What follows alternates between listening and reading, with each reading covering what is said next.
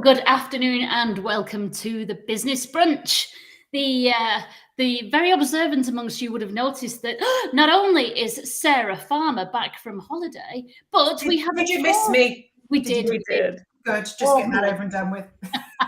But we also have a fourth member of the team with us today, and that is the wonderful Jeff Beacham. So welcome to the Business Brunch, Jeff. Hello, ladies. Yes, good to be with you. Thanks for inviting me on. No, it's great that you're here. So let me, everybody else, everyone at home, working from home, get busy in the comments, say hello, tell us where you are, tell us if you've still got the sun or if you can see the snow that is predicted on its way. Well, let us know in the comments and I'll tell you a little bit more about what we are doing here today. We are your working from home team. We are here to cheerlead you into the week. And what we do is, as ever, we meet by the water cooler. We ask you if you had a nice weekend. We ask you how was Mother's Day? And we ask you what you're looking forward to in the week ahead. If you're like me, then at the end of the week, there is the holiday. The Easter holidays start in the UK. And I'm going to go to lovely North Wales for a week. But tell us what you're doing in the comments. Get busy. And once we've done the catch up, we'll then go on to our lunch and learn section. And today we are talking with Jeff all about recruitment and how to recruit right and retain right to make people at the heart of your success strategy. So that's where we're going. The chat looks very quiet to me. So come on, everybody, say quiet. Yeah. And a reminder to everybody that because we stream from many different input sources, you may not see everybody's comments in your individual feed. That's completely normal. We see everybody's comments. Don't be shy. Also, if there's anybody that you think would be a great addition to the audience, feel free to ping them in and just share the link that you happen to be on with anybody else in your network and encourage them to come in. If you're on replay, then please put a hashtag replay in the comments so we know you've been here. There we go. Oh look, that's a hashtag, I think. Okay. Be careful there, Sarah. Be careful. Anyway, so yeah, let's, whilst you're all saying hello, get busy saying hello, please. Let's all catch up and see how everybody's weekends were. I'm going to come to you first, Sarah, because you had more than a weekend. You were on holiday. What was holiday? I've had what's that about? What's a holiday? So I had a week with my lovely friend Louise Needham, who is one of our LinkedIn cronies. Does that make us sound really old? Yeah, that's bad. What did I mean? She's a friend of LinkedIn. That's what I meant. Yeah. She's not old. She's younger than me. But we had a week in Tenerife, which was just blissful. And the plan was to do quite a bit of writing. Didn't quite achieve that plan, decided a holiday was much better for me. So I did a bit of writing on the way there and a bit of writing on the way home, but practically nothing in between. And we ate, we drank, we lay by a pool.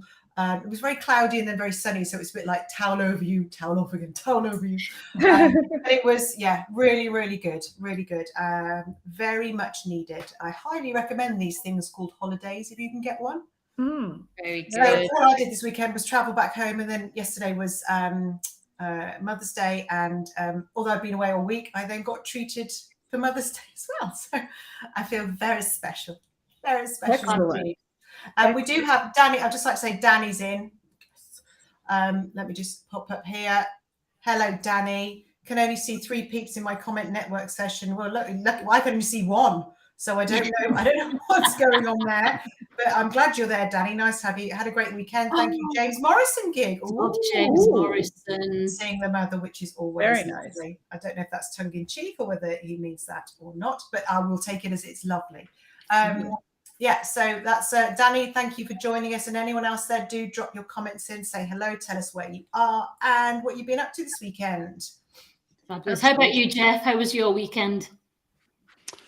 It was fairly exciting. Obviously we had Mother's Day yesterday, so we ran a house with our son and my wife Sharon. It was pretty quiet day at home, but on Saturday I managed to escape a number of tasks around the house. I had an unprompted invitation to go to a rugby game over in Coventry to watch Wasps with a friend of mine who I used to work with in recruitment, Neil Holloway, and he's got an executive box over at the Wasps ground. So I took my son to watch a game of rugby, and it was it was really good. The sun was out. It was a lovely day, and I hadn't been to the Ricoh Arena either, or the Coventry Building Site Arena as it's called now. So it was a new experience. Yeah, and the weather was good. Nice. So yeah, good. So mum actually got her Mother's Day on the Saturday, because I've been thinking about actually Mother's Day. A perfect Mother's Day would be the day off, wouldn't it? A day of absolute peace.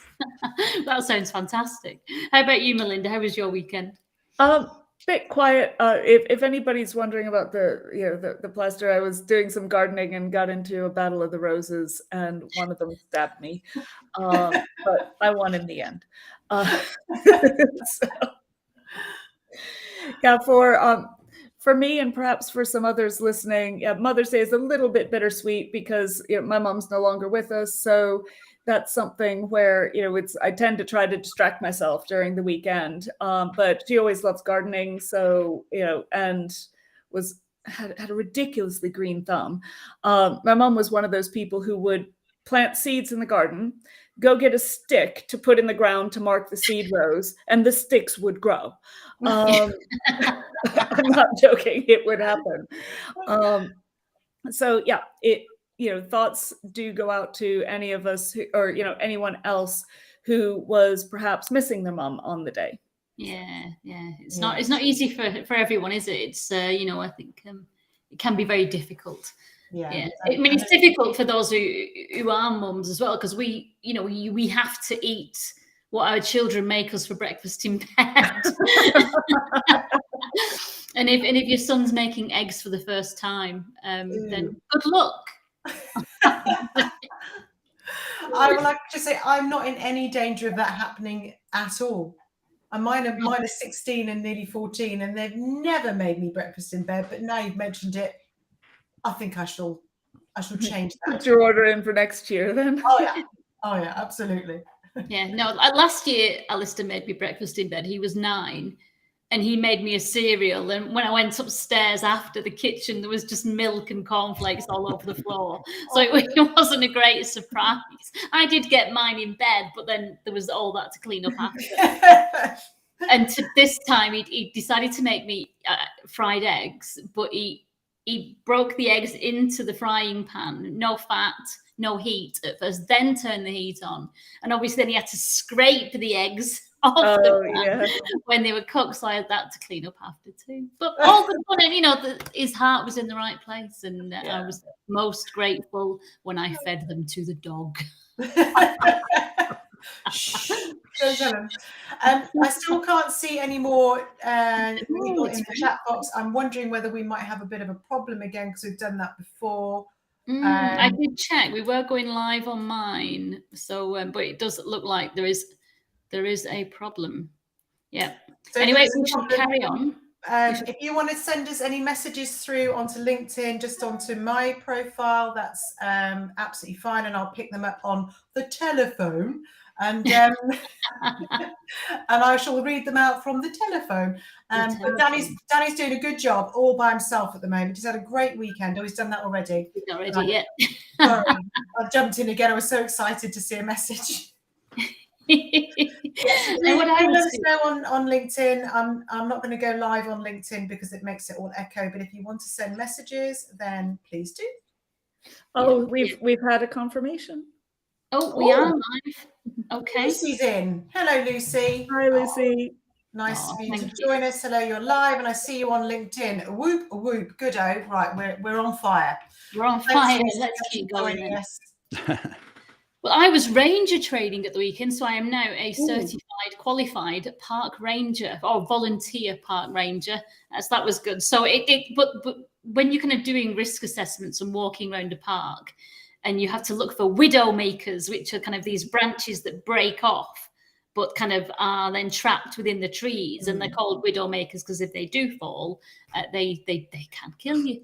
And I've just realised that parks are very unsafe places when you're looking for risks. Stay indoors. We have a Dr. Lopez has joined. Dr. L.O.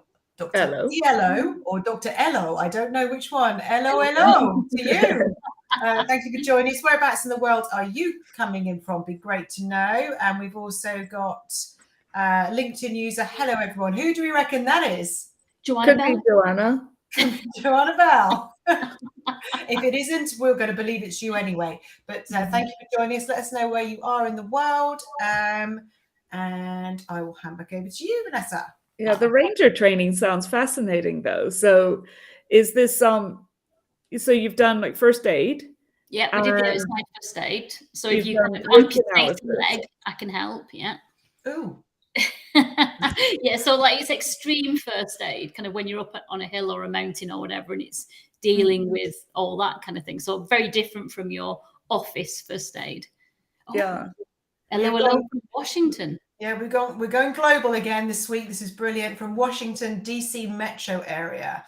Well, thank you for joining us from Washington. What's the weather like out there? Probably nicer. Well, actually, we're not doing too badly here in the UK, are we? But Yeah, nice well, I was talking to my brother last night who lives just north of there, and they had snow flurries all day yesterday after having had really warm, sunny weather earlier in the week. So a bit like what we're going to get in the UK, but earlier. Some climate change, isn't it? Climate change or something. Yeah, all a bit random.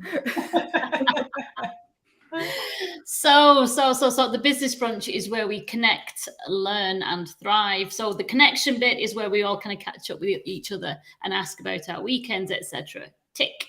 The next section is learn so that we can thrive. And that is why we have our wonderful guest here today, Jeff, to talk all about making people the heart of your business strategy. So tell us, Jeff, first of all, who are you? What is Authentica? And how did that start? Great question to introduce. Thanks, Vanessa. So yeah, I'm Jeff Beacham. I run my own executive search business, Authentica Resourcing. This is my 23rd year in the recruitment industry. So either I've been doing okay or I've probably gone partly mad. I think you need a bit of both to survive in this industry. So yeah, I work predominantly within engineering and manufacturing recruitment at managerial to board level.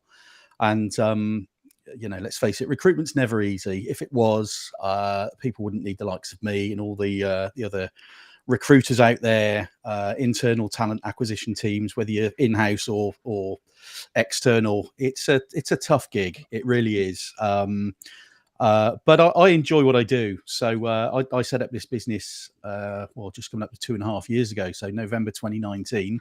Oh, and I often say to people, my timing is brilliant, isn't it? So it's been a challenge for me, as a small business owner. Got off to a good start, and then the pandemic and lockdown hit. So certainly during parts of 2020 it was a little bit barren, but it gave me the opportunity to really do things the way I'd set out to do them, rather than if I had been busy beyond belief from day one all the way through, I'd have probably earned a lot more money by now, but I didn't set this up just to earn money. But then I wouldn't have had time to maybe work on the business, and I probably wouldn't be on your show now. I probably wouldn't be podcasting. There's lots of things that have happened that I hadn't planned for, but they've had a major positive impact on the business. So I've taken the rough with the smooth. Things have been building, and building my personal brand and the brand of the business more so over the last 6 to 12 months has really started paying dividends. So it's never tough to recruit, but it's an exciting time as a recruiter, certainly at senior level. So yes, and this is where all the grey hairs have come from, by the way. 22 plus years in recruitment. I think I still had a few brown hairs when I started this in the last millennium. But yeah, I enjoy it. You're too authentic to diet, though, aren't you? Yeah, well, I don't know. Maybe I've got just for men on. Maybe it's all smoke and mirrors. No, it's definitely. Just to interrupt you a second, just because I wanted to. I asked Dr. Elo what temperature was. -2.2. That's blinking freezing. Yes. And also to say welcome to Pennsylvania. Yay! So Hi, Portia Watkins. That's one of my friends. You know, My old home, my original home state. Hey, Portia. Thank you for joining us today. Sorry to interrupt you, Jeff. No, you're welcome. You're welcome. I was just talking about my grey hair anyway, so I'm pleased to move on from that. Okay, so I hadn't realised that you'd started Authentica in 2019, and as you said, that was a tough time to start, but I'm really glad that it gave you time to kind of work on the business and develop, I guess, the company that you wanted it to be, rather than, as you say, start rushing, chasing work that probably wasn't as authentic to what you wanted to do. So then obviously we had the barren times of 2020, and now in 2022 it seems to be completely on its head, but you'll have to tell us what your view is. But we hear about the Great Resignation. We hear that it's a candidates market. From being a candidate 2 years ago when there were no jobs, and it was very barren, to now, what's your view from kind of inside the industry? What do you see?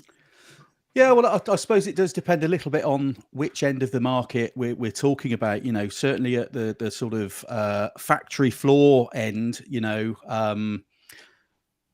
that was decimated at the start of the pandemic. But as manufacturing came back pretty quickly, you know, those sort of jobs came back, you know, within a few months. We did have, you know, a number of businesses furloughed for quite some time, but manual and the shop floor jobs have bounced back really quickly, which has caused you know, issues along with the, you know, the semiconductor shortage, the metal prices, supply chain disruption. There's all these things that haven't helped, and certainly factories you know, can't recruit enough people at shop floor and engineer level. Where I'm sat at managerial to executive level, not quite the same. You know, certain people, there was some restructuring that went on through the pandemic. You know, sadly, some businesses went to the wall.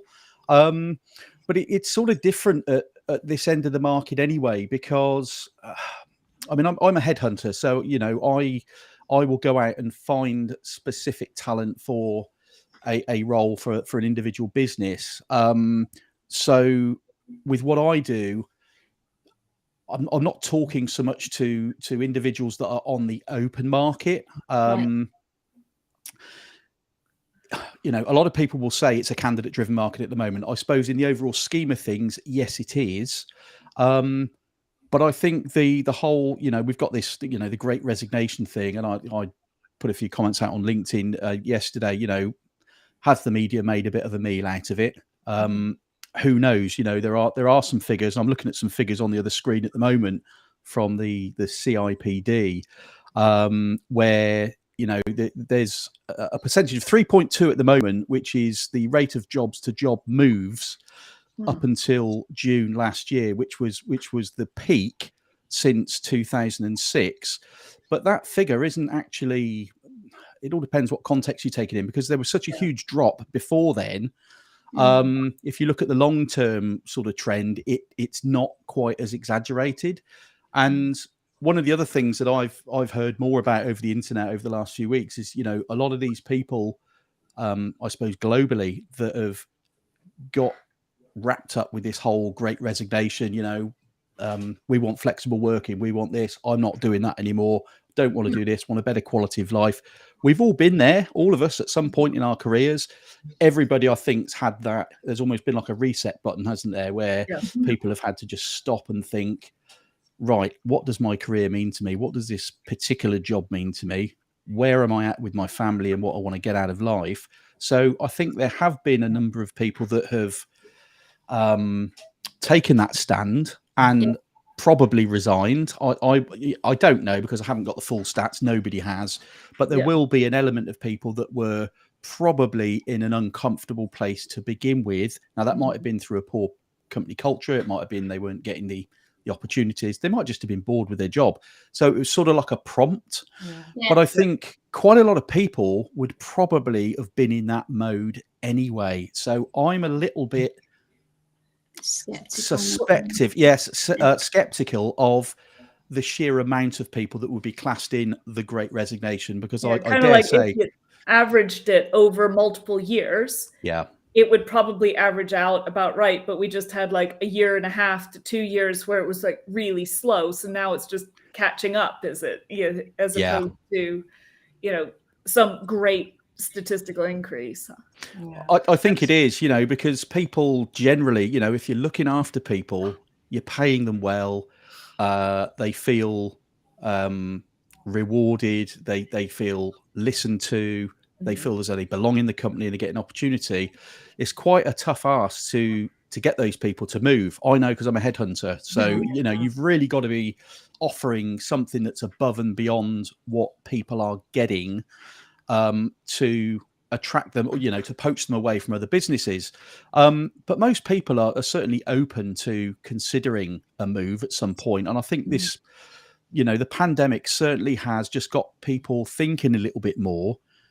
But actually, I think that's a good thing, because how many people do you know, and you may well have done it yourself, you get into a job or a stage in your career, you might be doing all right, you might be doing okay, you might be absolutely smashing it, and then you've looked around and thought, well, that's all I've done. I could have done this, could have done that. And, I think it's just given people and businesses a bit of time and a bit of space. And I know it's been a painful 2 years, but I think on both sides of that coin, employers and employees, it's given everybody time to evaluate exactly where they are and what does the future need to look like, and that's really important for individuals. Yeah, let's come back to that. Sorry, I was going to say, can we come back to that? But let's go to the comments. Yeah, there's a few comments coming through. Jeff is right, and Johnny's very much in the sphere as well. He helps people get seen and get hired. And I wanted to ask you a question about that. Is that I was talking to a couple of people today about going out and getting jobs, and people, obviously you go looking for people who are already in roles. Possibly most of the time they're going to be in roles, so getting a job when you've got one appears to be the easier approach as opposed to searching for it. But Johnny's just said, job market isn't a single market. We're seeing candidate shortages, sub-senior management, and above that it's still very discerning, and candidates still having to be as competitive as they can be. So and I'd absolutely agree with this. You still, although we're starting to hear from the media that it's a candidates market, it just isn't true. You've still got to be the best of the best to get the job, because there's a lot of people out there that will move or are looking. Absolutely. I'm just going to also just come to this one. Oh no, that's that one already. Bear with. I just had to check this before I put it up here, because I didn't know what Corey Crispert's shooting was last night, Danny. So I thought I'd better just check it wasn't something. But he's a basketball player, so it's fine. It wasn't a real shooting. So I'm assuming that he was doing a great job. And we've also had a good morning in from Andrew Farmer. Great surname, sir. Nice for you to join us. And Chelvy, I think it's Chelvy. Good recruiter like you, Jeff, makes all the difference, cutting across employers' go-to behaviours, of which unfortunately there are many, and look at true fit between candidate and role. You've got someone who loves you there. That's good. Thank you, Chelvy. And Lucy said, I read that more women have now said goodbye to the corporate world and set up on their own. Have you seen that too? I've seen more of that in my work as well. That's a great question. Yeah, so I don't know if you can answer that before we just pop to Danny's. Probably not, because as you're probably aware, engineering and manufacturing typically is crying out for more females in the industry. Whether it's a shop floor engineer or board level, this is a male dominated industry, and that it's changing. And I know a few weeks ago there were some figures that come out about the FTSE 100 boards. There was a hike in the percentage of females, in those boardrooms, but it's still, way down on where it needs to be. We need some more balance. And I'm not just banging a diversity drum just for the sake of it. I don't believe in box ticking, but we do need more diversity of thought. We do need more women in these roles throughout organizations. So if they are, fair play to them if they're going off and setting up their own businesses. And I know a lot of people have exited corporate and set up as their own consultant, for example, in whatever discipline they do. That's great, because we still need small businesses doing that. but I have to despair. Engineering manufacturing can't afford for more women to hop out of the industry. It needs to be the other way around. So that's a bit alarming. Lucy's talking, it's quite generic, because I know you're coming from a manufacturing background and arena, but this is generally across the board. I think not just women, but a lot of people are now exploring setting up their own businesses because they've seen what is possible throughout working at home and the flexibility that gives them and everything else, although as we know it's not a complete joyride. I've got another question for you. So Danny says, it's a bit of a strange situation to me. On one side, you have people that want flexibility and better balance, etc. So on the other hand, there are 4,000 new recruitment companies registered last year in the UK, and the standard of recruiter has what? Not dropped off. Has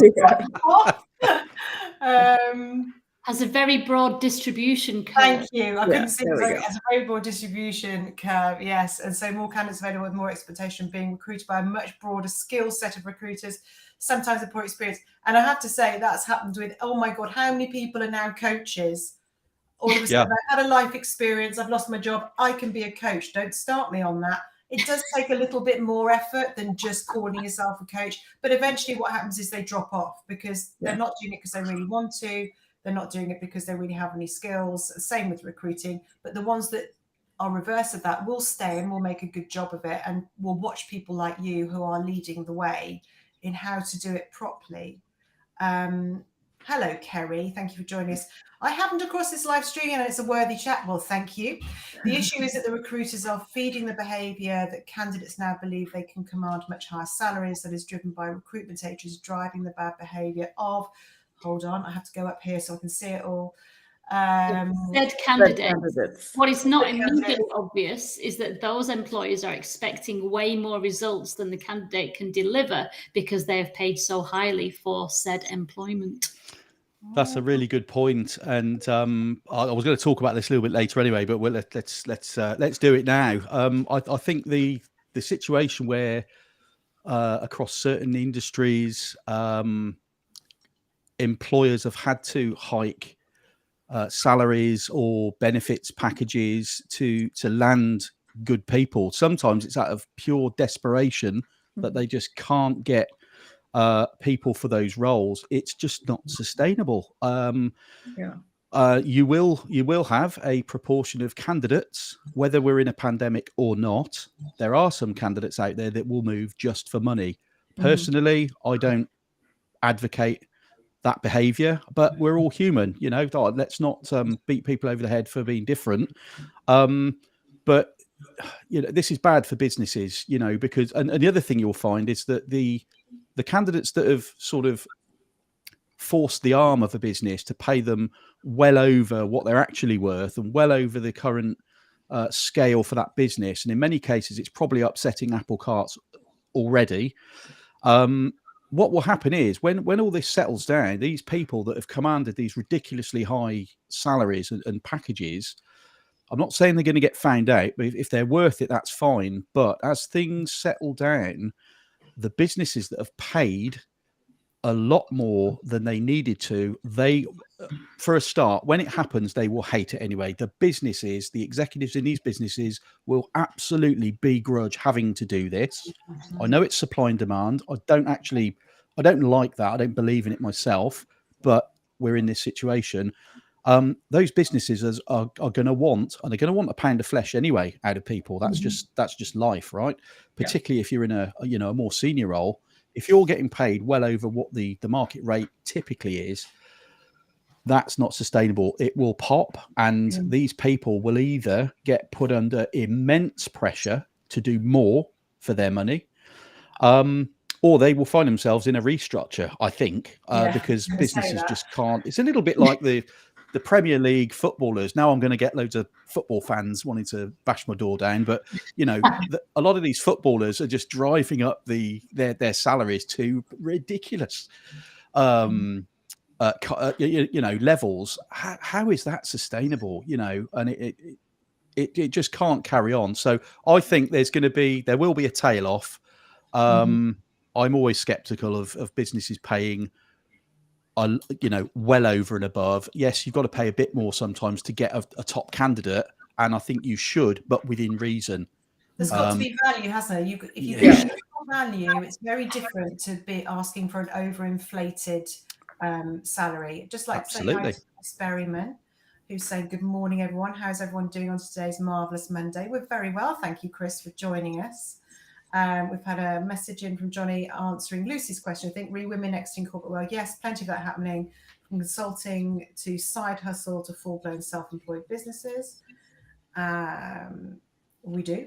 This is in response to what you were saying, Jeff, about needing more women in tech. Thanks, Jess. I have to jump off in a minute, so we'll watch the rest later. Thank you for joining us, Lucy. Thanks, Lucy. Chris has said, just meet people where they are and take them as they are. Help them build their field of dreams, and they will help build yours. Oh, I love that. Chap after my own heart. I love that. Not sure if another question came through. I flipped from my what do you look for on LinkedIn when headhunting? Brilliant. Now, this is something that comes up with a lot of my clients, is they don't want to show up on LinkedIn as an expert in case they get told they're not. And yet, if they hide, no one knows they exist. And from what I've seen, this is how people are getting found. And I know Johnny Walker will be all over this in a second going, hell yeah. So what are your thoughts? Jeffrey. LinkedIn's a great tool, and I use LinkedIn. It's great for networking. Of course, people that are visible are going to get found quicker. So from a candidate perspective, your LinkedIn profile should absolutely be up to date, and it should be the best representation of you possible.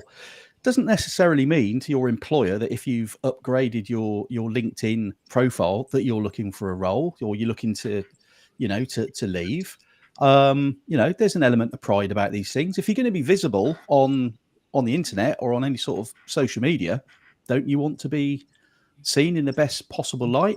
Your customers might be looking at your staff. So Don't you think your staff should be represented in the best possible way on LinkedIn? I would say that. I'm a headhunter, but there is some truth in that. Yes. It's definitely true, it's though. A double-edged sword, isn't it? Oh, Melinda. Oh, sorry, Melinda. Were you going to say something? Oh, I was just going to say that I know, because I can see, like people who've looked at your profile. When I've been going to clients, when I was working for software companies, the clients would often go check my LinkedIn profile before I showed up. And it was a way of building credibility and a way of building authenticity and a knowledge base. And so therefore they could be, if I have a good profile, that means they can be more confident when I walk through their door that I am capable of solving their problems.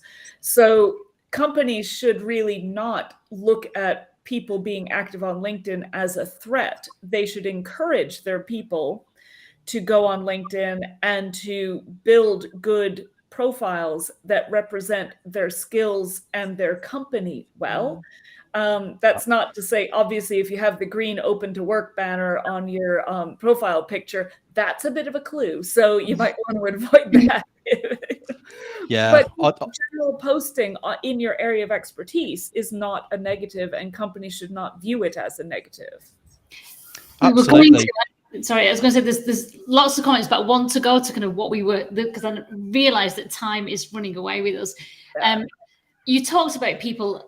Some people do want to chase a salary, but I think we all agree that a lot of people, especially after the last 2 years, are actually looking to find a good employer, the kind of the all-rounder. So how do companies become the employer of choice, Jeff? What are people looking for? That's a great question, and there are a number of ways of doing this. I'm just again, we could talk about this topic alone for the next hour. I'll try and summarize as quickly as I can. So I think with businesses, there's a lot of companies out there that are doing this well, but then there are others that are totally at the other end of that scale and probably don't care either. And then you've got usually the smaller companies, your SMEs, regardless of sector. SMEs probably haven't got the time, the resources, and sometimes the knowledge of how to get to that place. You can still be an employer of choice in your local area if you're an SME. You don't have to be the biggest brands to be an employer of choice. So this is how I would let's set the scene. Okay, so from a business point of view, you typically have a number of things that businesses look for in their staff. So you've got things like excellence, efficiency, innovation, creativity, trust, teamwork. They want commitment, loyalty, entrepreneurship, self-discipline. That's a list of values that businesses would look for when they're hiring. On the other side, you've got the candidates. And these are people that, most of them, they don't just want to go to work to pay mortgage. They actually want to enjoy their time at work. So everybody's different. We're all unique. So we've all got our own individual preferences, likes, wants, and needs. So candidates would typically be looking for things like recognition, belonging, inclusion, well-being, safety, enjoyment, excitement, learning, fulfillment. I think we can all agree that those are things that, when you're in the workplace, that's what you would hope to achieve, as well as being paid well. Mm-hmm. So you've got this middle ground then of, right, so how do you bring those two parties together? So what I would do is to say to businesses, look, have a look in the mirror, first of all, have a look at your values. Are you living your values? Do they align with what you can actually live and breathe on a day-to-day? So the middle ground for me is where I think businesses sometimes can come a little bit closer to the employee experience rather than just a corporate stuffy, yes, this is our mission statement and these are our values, and it's all a load of tosh. What you need to make the gap. Voice. you need to bridge the gap. So, here I'm talking about things like, from both sides, collaboration, respect, openness, leadership on both sides, humility, courage, curiosity, gratitude, and positive impact. This is the middle ground where I think businesses and employees should aim for. So what I'd say the first step, because you can rush into hiring people because you've got a problem, there's a burning platform. Yes, we've got to get somebody on board. Okay, get an interim if it's a senior role, get some temps in to put that fire out. But really, if you're looking at hiring permanent people, let's put some thought and strategy behind it. Buy yourself that time, and have a look at the present state. Don't just do what you did last time. So you need to have a look at the past state. So what worked well? What outcomes did we have in the last 2 or 3 rounds of recruitment? What problems did we cause ourselves? Where did we fall short? Unless some people say you shouldn't regret, you can't look back. But in order to improve, sometimes you need to just have a sense check of where you're coming from. So have a look at the issues you've had in the past. Obviously, define your current situation, and then work on moving to that future state, which is where everybody's happy. So how do you get to employer of choice? For me, and I bang on about this all the time, it's all about people. It's about culture. You need a culture where staff are going to come to work and they're going to feel valued and respected, and they're going to get opportunity. They're going to be listened to. They're going to be developed. Employer of choice isn't just about having the best brand, having the best products. And some individuals would want to move to a business that maybe are the global leader in a certain field. But it's as much about teamwork, and if you're going to spend a lot of money hiring people, to then just lose them through a substandard recruitment process, or you're not doing onboarding properly, that's another biggie. If you're not onboarding people, and this is true at senior level as well, and it doesn't have to be difficult. You go through this whole process, time and money, identifying, attracting, and offering candidates. You then get them over the line for them to turn up, and then their first 2 or 3 weeks are like hell on earth, because maybe the role's been missold to them, or changes are happening that you haven't shared with them, or there's just that lack of communication and preparedness for new hires. So, some candidates, you'll lose them before they've even completed their probation period. If you're not onboarding, it's such a critical thing to do. And then, of course, you've got, the things that I would say are, they're just your bulk standard things, and everybody that works in HR will know this anyway. This is their day in, day out bread and butter. You've got to train people well. You've got to have, regular feedback. You've got to listen to people. Clear communication is, Sarah, you can probably talk for hours about this, in terms of leadership. So well to keep my mouth shut right now. I touched a nerve. Strong leadership, clear communication, transparency, visibility, and having leaders in a business that are approachable.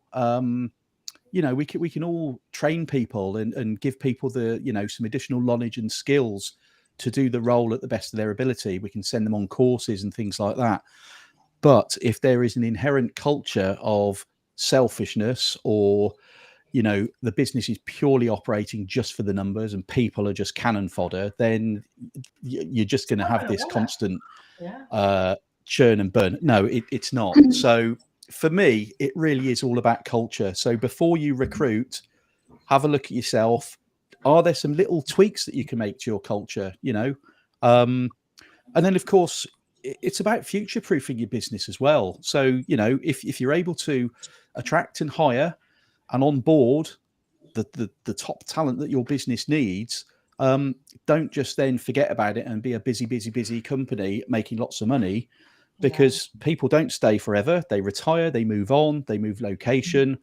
Your business, as it is now, might be a totally different business in 5 years' time. Certainly with the way technology is moving, there are a lot of jobs that we will need people to do in 10 years that the processes haven't even been invented yet. So there needs to be this constant upskilling, talent pooling for people. If I had £100 for the amount of businesses I've heard of and spoke to over the years that will come to you and they've said, well, so-and-so's handed the notice in. I need a business development director. Well, I want one now because, this was unexpected.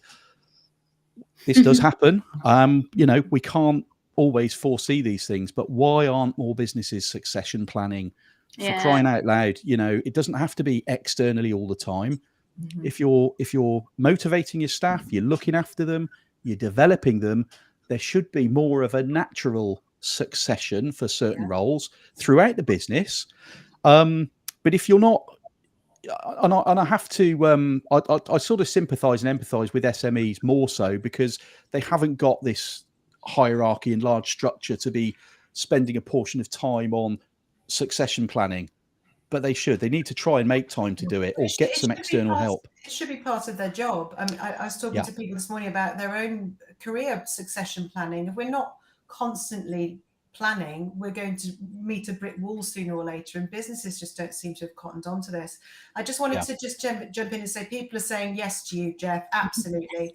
And Danny's saying, yeah, this is costly. I mean, I was reading a book, probably behind me, about the cost of when a senior level hire goes wrong. It can be in the millions when it can cost an awful lot of money.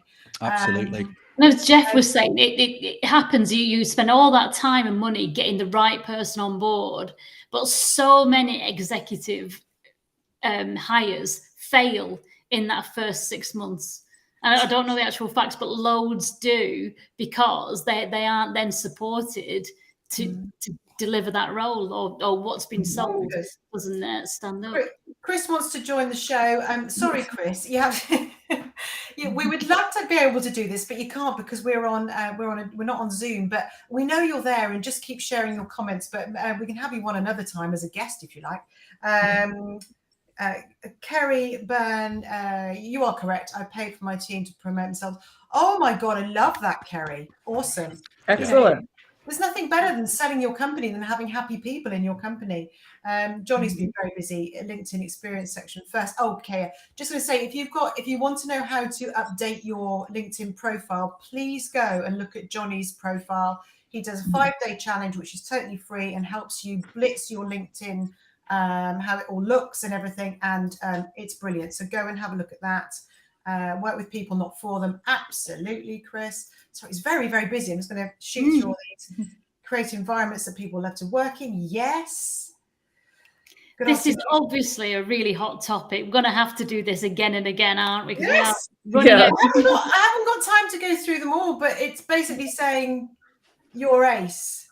Yeah, absolutely. What we will do, all of us, and Jeff, if you would as well, if we can go through the comments after and anything that we've missed, let's kind of answer or discuss in the comments, and we'll carry on this, because obviously there's a lot more to talk about.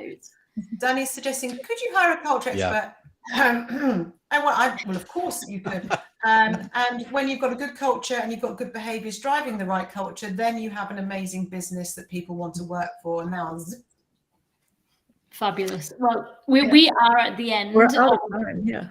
We're out of time. We're going to have to go.